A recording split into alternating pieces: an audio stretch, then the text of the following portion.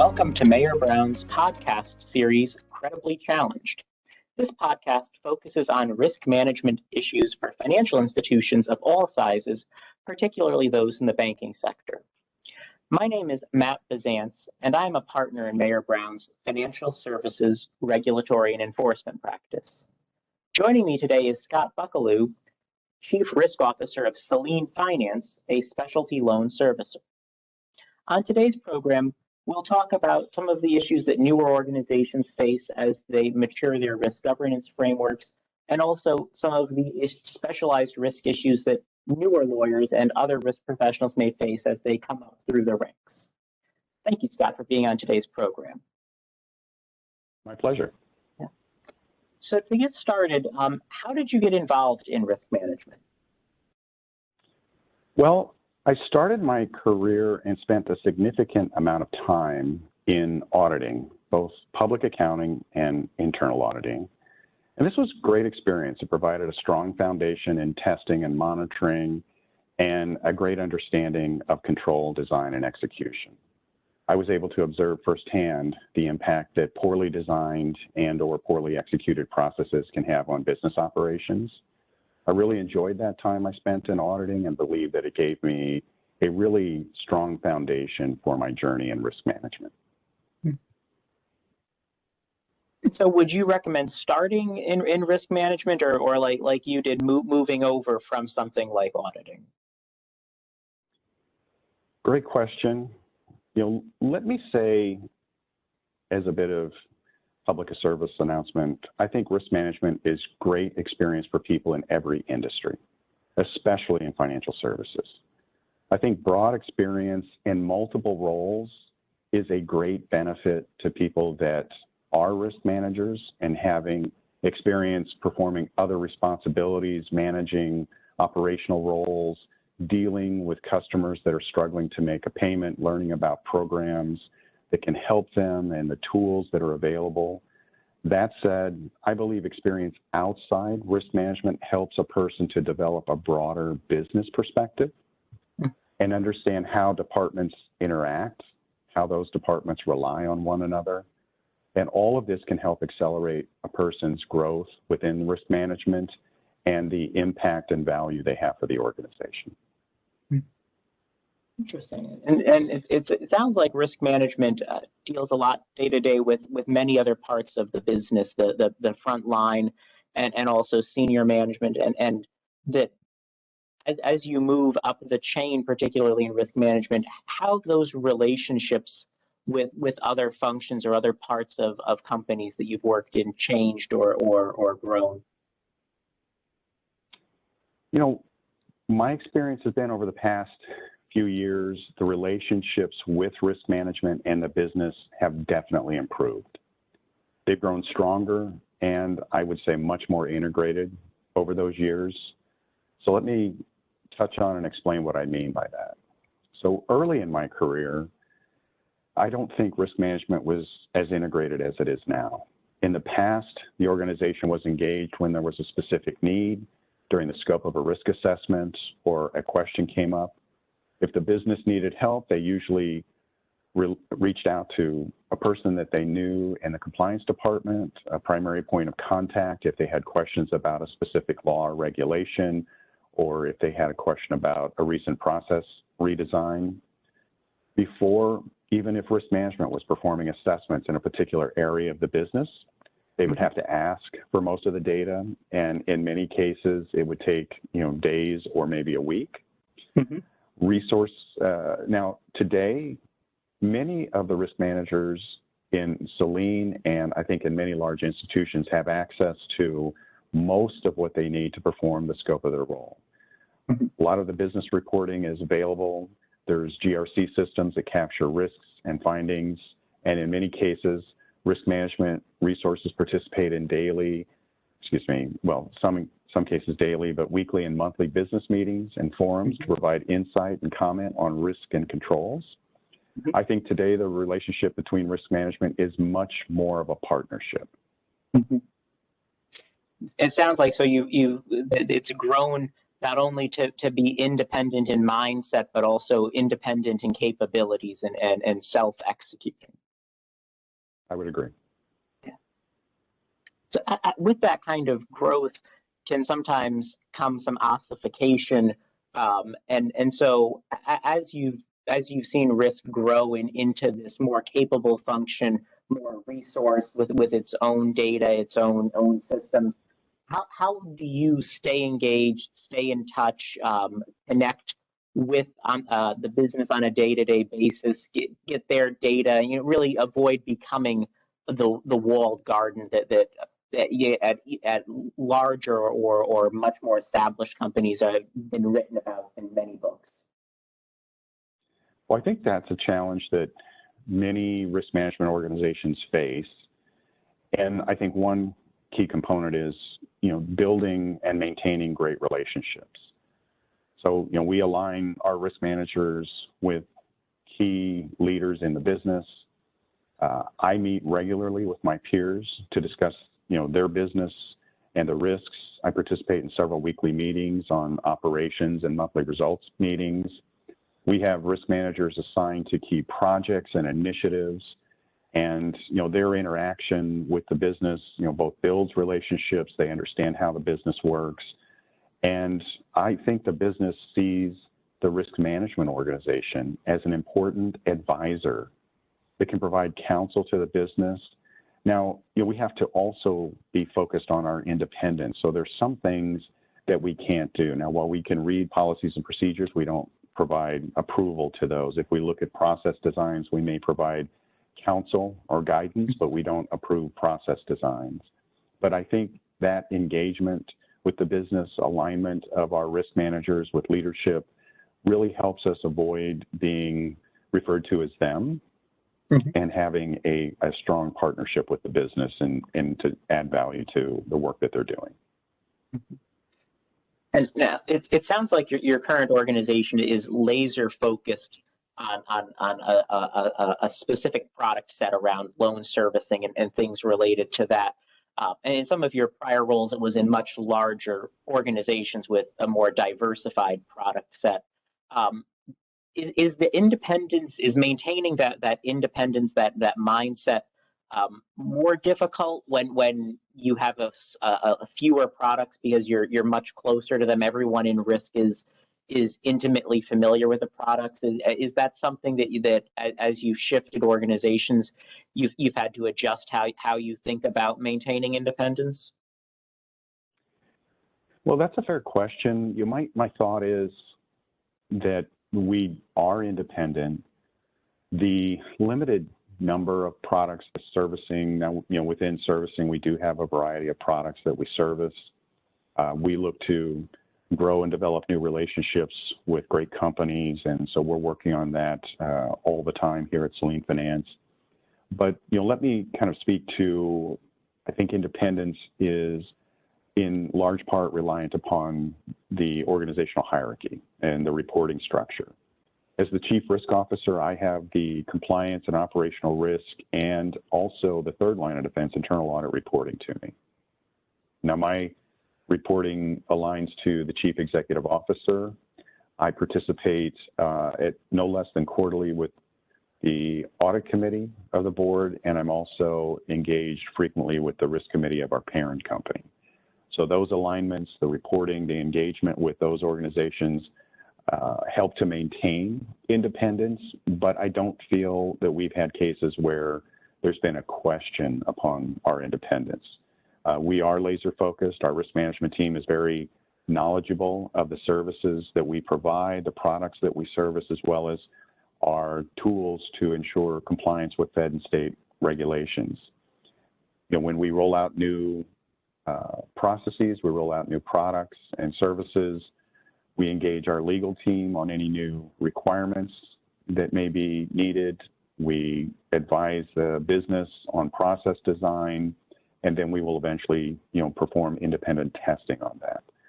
So we don't provide approval, but I think right now, we have strong independence in our organization. We talk about that as a senior leadership team periodically, and I feel good about the position that we're in while still having, the partnership with the business.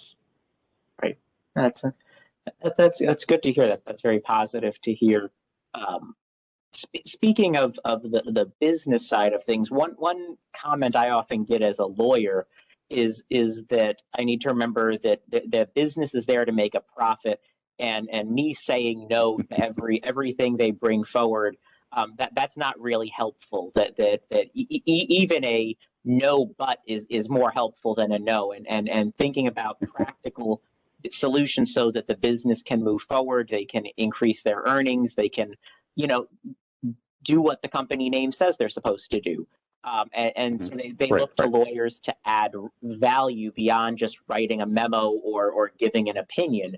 And I was wondering, on the risk side of things, beyond being an independent function that keeps them within the guardrails, or an internal audit function that's checking on the effectiveness, how are you adding that value that advances the business's, I'll say, the bottom line type of thing?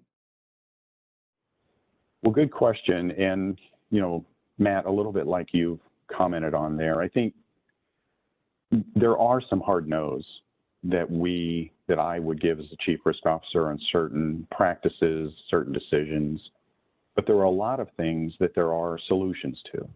And I think working with, the business operations team, our legal counsel, we look to find the right solution for Selene Finance to ensure that we can comply with the requirements of the federal laws and state laws. And we want to protect our customers. We want to deliver great service to our investors.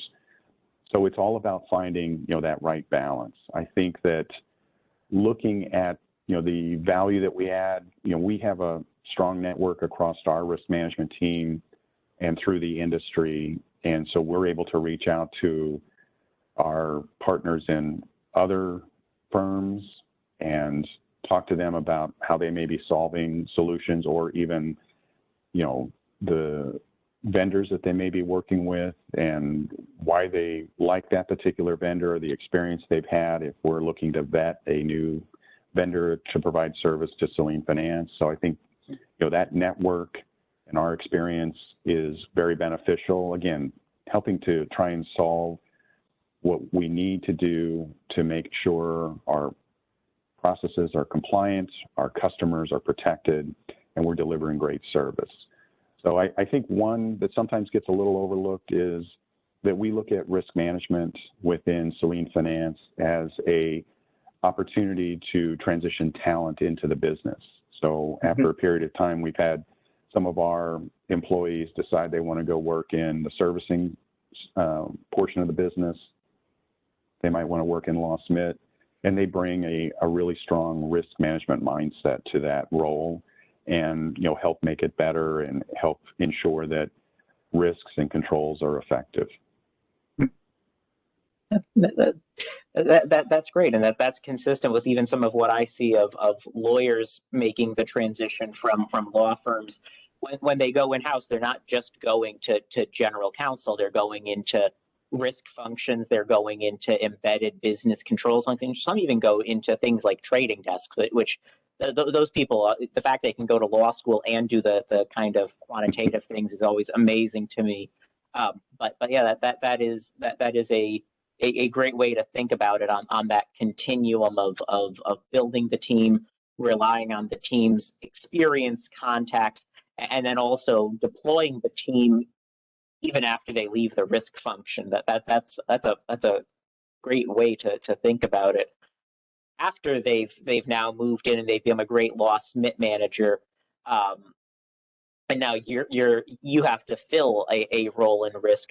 What are you looking for when you're recruiting for people as like a good risk analyst or a risk manager, trying to make sure they'll have that same team approach, that same broad-based approach to risk management? Well, let me start with entry-level candidates. So, I'd like for our entry-level team members to have a college degree, preferably in business or technology, but we're open to the discipline that they may have studied. We'd like them to have some data skills and experience using analytical tools. Would really prefer that they have some experience with SQL and maybe writing scripts. They don't have to be an expert, but they understand some simple programming language. Fundamentally, I want them to be really good communicators and recognize that the risk management organization is a service provider to the company and to the board of directors. We're out providing the service of risk management and risk mitigation. So I want them to understand communication is critical and to be clear communicators and be able to think about the needs of their customer when they get ready to communicate and tailor their messages. When I think about experienced hires, a little bit like I said earlier, I would love to see experience in a variety of roles in the companies they've worked for. I'd like to see demonstrated growth and increasing responsibilities. And for all of the candidates, experienced hires or new hires, I'd really like to see people who have the ability to adapt to change. In our industry, there is constant change, whether it's new regulations, new technology, changes in clients and customers. So, they really have to be able to adapt to change. That's great. And unlike some of the other professions out there, they're really, like you said, people can have a business degree or they can have data experience, but there aren't laws on risk management. There are some professional bodies, but what are some key resources that particularly for younger people either entering risk or getting to know the risk function at their organization, trying to maybe move up from an analyst role of just executing procedures into more discretionary functions? What are some of the resources that you could recommend maybe to help them be better communicators or more expert in knowing products? What's the kind of like go-to resource that you have for risk? When I think about that, there's a couple of books, that I could recommend, provide a good level of knowledge around operational and compliance risk management. The first is 10 Laws of Operational Risk by a writer named Michael Grimwade. And this book has an approach about identifying risks related to business continuity and technology risk, including cybersecurity, machine learning, artificial intelligence. It includes case studies, real-world examples, and provides a little bit of insight on recurring problems that operational risk management teams encounter. And there's also another book, Enterprise Compliance Risk Management, which is helpful for financial services. Compliance risk management is really at the center of the growing complexity of running a financial services company.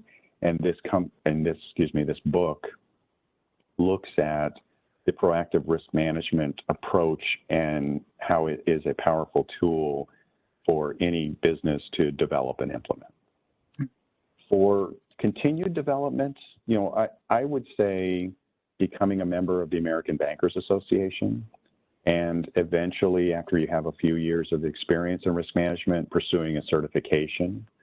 I'd recommend the Certified Regulatory Compliance Manager certification, but the ABA has several valuable certifications. And so there are some that, people might have passion around anti-money laundering or other segments of risk management, and the ABA is very helpful in that space. Certainly that will appeal to proactive professionals who I hope are being proactive in listening to this podcast series. One thing when you were talking about that proactive approach to risk management is thinking about in younger, fast-growing organizations, similar to what I imagine years has been going through in recent years. There can be the struggle of trying to be proactive, trying to be thoughtful in the design of controls or the design of processes, but also the need to rapidly respond, to be reactive to, we got this letter from a regulator or we have this inquiry from an investor, like we need to pivot and do this. How do you balance those kind of the competing long-term be proactive with this has a deadline of tomorrow because we are doubling in size this year, kind of? How do you manage that? Well, good question. We do have some long-term strategic plans for our risk management team. One of those is we're building out our own internal audit team, and currently today we use a third party, and we have a great partnership with a public accounting firm that performs our internal audit function, but hopefully by the end of the second quarter here, we will transition to an internally staffed team to perform our internal audits. So we're making a big investment to bring that function in-house and bring on some great talent to perform internal audits. We think that part of that investment is we'll be able to spend a lot more time and dig a little deeper in our processes and identify some really good advice and findings that we can give to the business to strengthen their processes. But in regards to long-term versus short-term tactical must-do things, it kind of, to me, it gets down to staffing.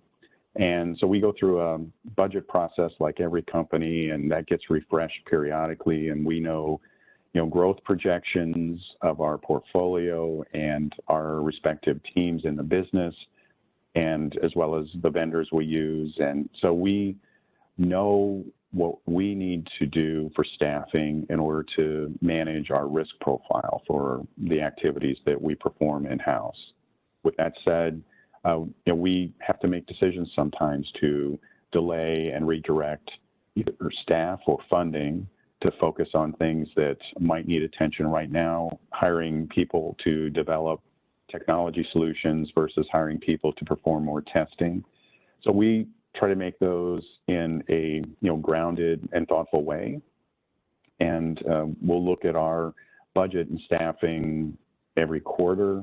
I'll talk with my team, and there's always a little bit of a tug of war. I wish I could get 2 more people to do more testing and analysis, and there's a budget tug of war. So we're always kind of focused on being practical and also recognizing that the more work that we may be doing, it's going to be touching the business. So we need to have a counterpart in operations that we can work with, and we can't be taking them away from their daily responsibilities. So with that said, we do it in partnership. We try to make the best decisions we can for the department and for the company and for the long-term growth of both the risk management team and our organization, Selene Finance. Yeah. And probably to you and to me, it is the terminology is second nature. But maybe for some of our listeners, particularly some of the lawyers who are newer to this, when you're talking about the risk management versus audit, internal audit, and why it's important to have all 3 lines of defense under the house, what is the structure of the 3 lines of defense for you? At Selene, we do use a 3-line of defense model. Our first line of defense is within our business operations. There's QA and monitoring and reporting within our operational teams. That includes call monitoring and customer complaint management and QC of certain processes, and they provide reporting on all of that. Our second line of defense is fundamentally my organization. So as I mentioned earlier, operational risk and compliance, and our operational risk team and our compliance team performs testing and validation of the activities occurring in our business operations in our first line of defense. So they'll look at first line of defense operations, controls, reporting, process design.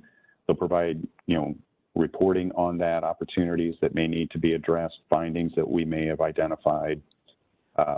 In the second line, we also have a centralized team that manages our federal and state exams, our investor exams, as well as our rating agency reviews.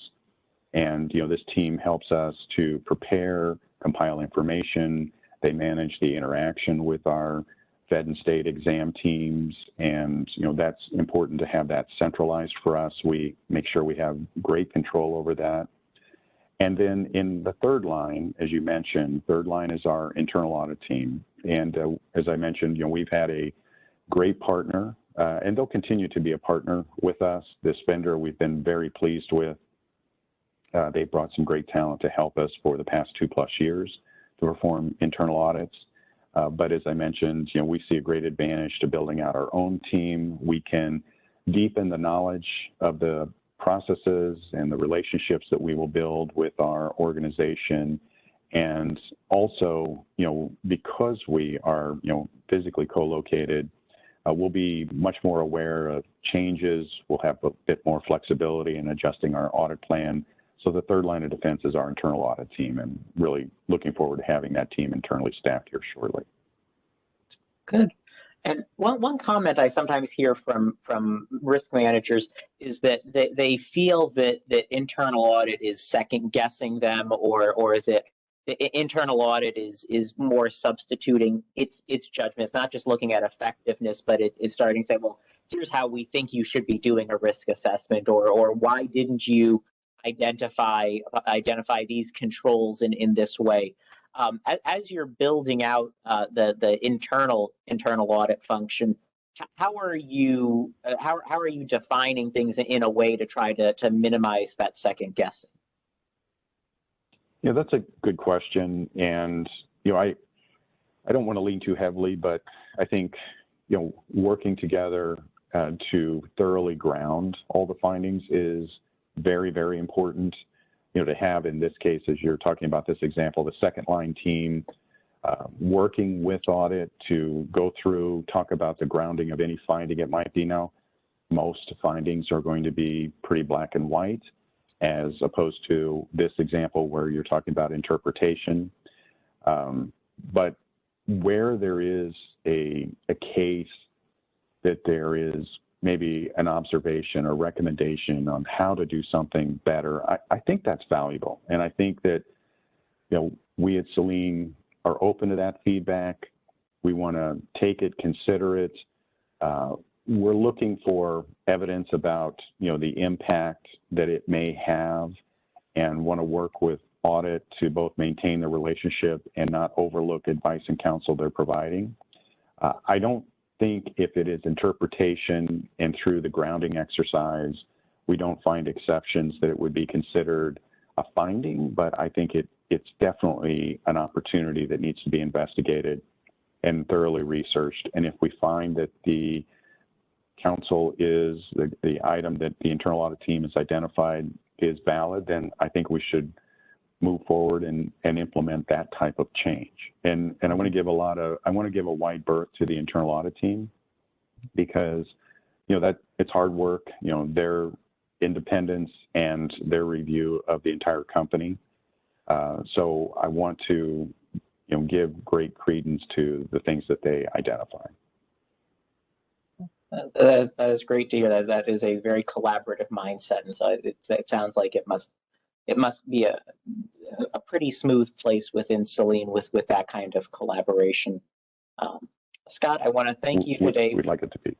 Yeah, I want to thank you today for participating in the Credibly Challenged podcast. It's been wonderful talking with you, and I think our listeners have learned some great points and some takeaways of things. I'm going to definitely get that the 10 Laws book that you mentioned. That I am a lover of the law. And so I think that I'm going to enjoy reading that. Also, thank you to our audience for tuning in, and please stay tuned for next month's episode.